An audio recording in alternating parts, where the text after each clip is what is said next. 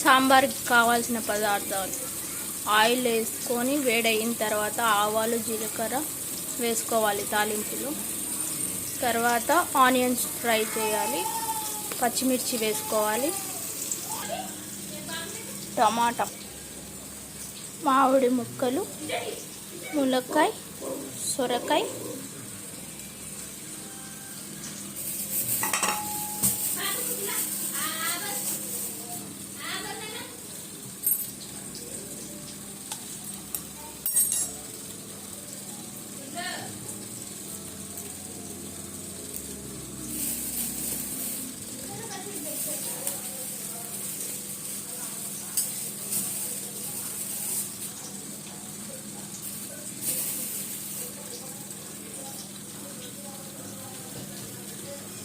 వంకాయ.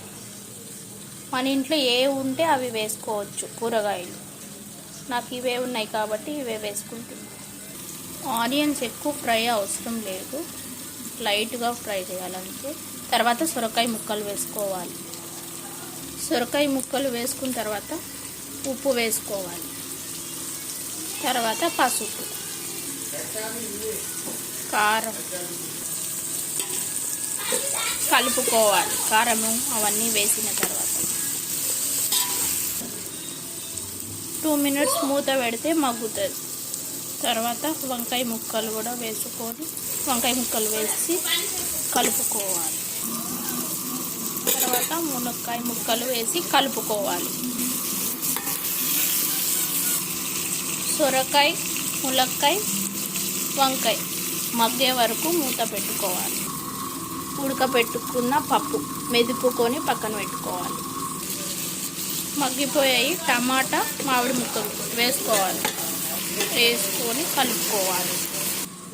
చింతపండు నల్లగా ఉంది అని అనుకోకండి, కొద్దిగా పాత పడ్డది చింతపండు. కొత్తిమీర సాంబార్లో. తర్వాత పప్పు యాడ్ చేసుకోవాలి. పప్పు వేసుకొని కలుపుకోవాలి. చింతపండు పులుసు వేసుకొని సాంబార్ పౌడర్ వేసుకొని కొత్తిమీర వేసుకొని మరగనివ్వాలి. కొత్తిమీర, కరివేపాకు 2 వేసుకొని మరగాలి. మరిగిన తర్వాత మంచిగా 2 సార్లు బాయిల్ అయిన తర్వాత బంద్ చేసుకుంటే సాంబార్ రెడీ. ఒక్కొక్కరు ఒక్కొక్క విధంగా వండుతారు. ఇది మా స్టైల్. పప్పు మరిగిపోయింది. మూత పెట్టి స్టవ్ బంద్ చేసుకోండి. అయిపోయింది.